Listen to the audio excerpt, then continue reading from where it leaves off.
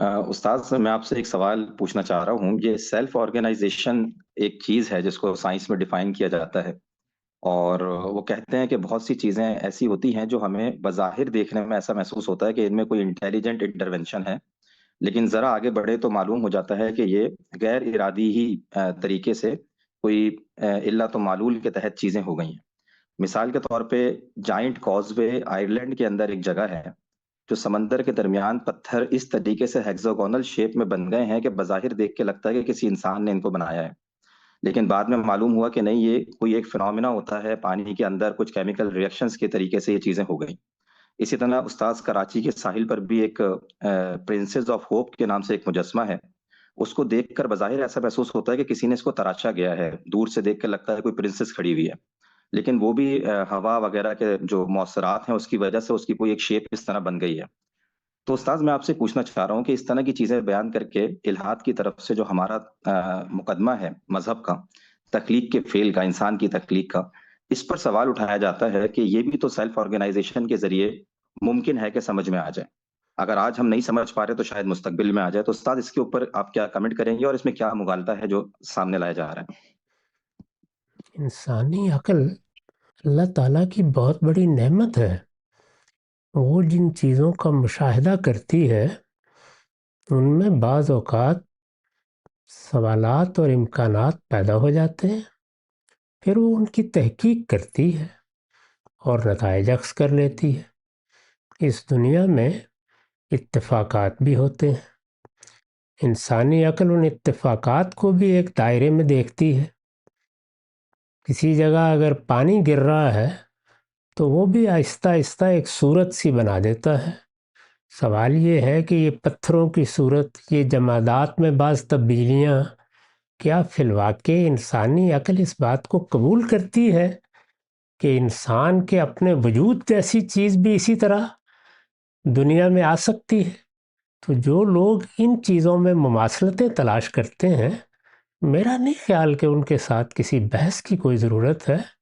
اس کے معنی یہ ہے کہ انہوں نے فیصلہ کر لیا ہے کہ وہ اپنی عقل کو معطل کر دیں گے. کہنے کو تو ہم صحرا میں سراب بھی دیکھتے ہیں، لیکن انسان کی عقل اپنے تجربات کی روشنی میں ان کا اور پانی کا فرق متعین کر لیتی ہے. انسان کس طریقے سے بعض اوقات چیزوں میں دھوکہ کھا جاتا ہے اس کی مثالیں بھی موجود ہیں. ایک گاڑی میں بیٹھے ہوئے بعض اوقات ہم متعین نہیں کر پاتے کہ ساتھ والی گاڑی حرکت کر رہی ہے یا ہماری گاڑی حرکت کر رہی ہے.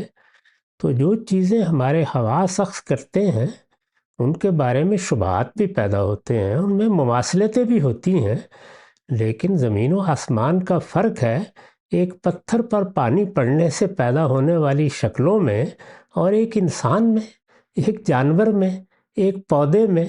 یعنی یہ جو کرشمہ سازی ہے، جو لوگ اس کو ان چیزوں پر قیاس کرنے کی جسارت کرتے ہیں، آپ کا خیال ہے ان کے ساتھ آپ کو کوئی گفتگو کرنی چاہیے، ان کو صاحب سلامت کہہ کر ان کے اس فکر کے حوالے کر دینا چاہیے.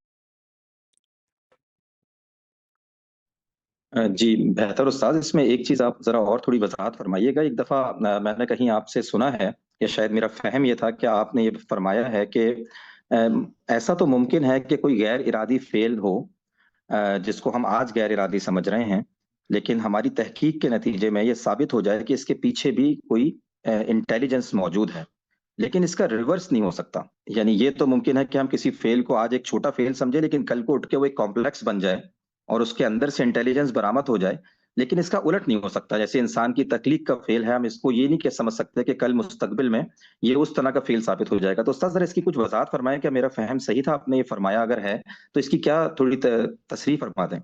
اس میں میرے فرمانے کی ضرورت ہی کیوں ہے؟ یعنی انسان کی تخلیق کا مطالعہ کیا کبھی؟ کیا فی الواقع ایسا ہی ہے کہ پانی کی دھار پڑنے کے نتیجے میں کسی پتھر نے کوئی تراش اختیار کر لی ہے؟ جب اس طرح کی چیزوں کو کوئی آدمی مماثل قرار دینے لگے اور ان کو بنا استدلال بنائے تو اس کے حق میں دعائے خیر کرنی چاہیے. اس کے ساتھ کسی بحث میں الجھنے کا مطلب یہ ہے کہ آپ ایک نابینا سے یہ بحث کر رہے ہیں کہ آفتاب آسمان پر چمک رہا ہے. اس میں اپنا وقت کبھی ضائع نہیں کرنا چاہیے.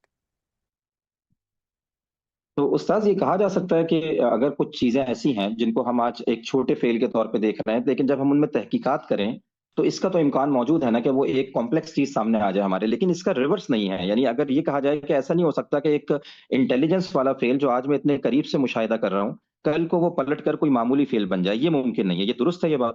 انسان کے اندر جو اس کی شعور کی ساخت میں چیزیں ودیت کی گئی ہیں وہ انسان کے جی ساتھ ابدی طور پر قائم ہے، اور ان کے بارے میں کبھی کسی تردد میں مبتلا نہیں ہونا چاہیے۔ وہ چیزیں میں نے متعین طریقے پہ بیان کر دی ہیں۔ اثر مؤثر کے جی بغیر نہیں ہو سکتا اور فعل فاعل کے بغیر نہیں ہو سکتا، اور فعل میں جو صفات ظاہر ہوتی ہیں ان کا فاعل میں ہونا ضروری ہے۔ یہ وہ بنیادی مقدمہ ہے جو انسان کی ساخت میں ودیت کر دیا گیا ہے۔ ایسی چیزیں قابل بحث نہیں ہوتیں، یہ بدیہی حقائق ہیں۔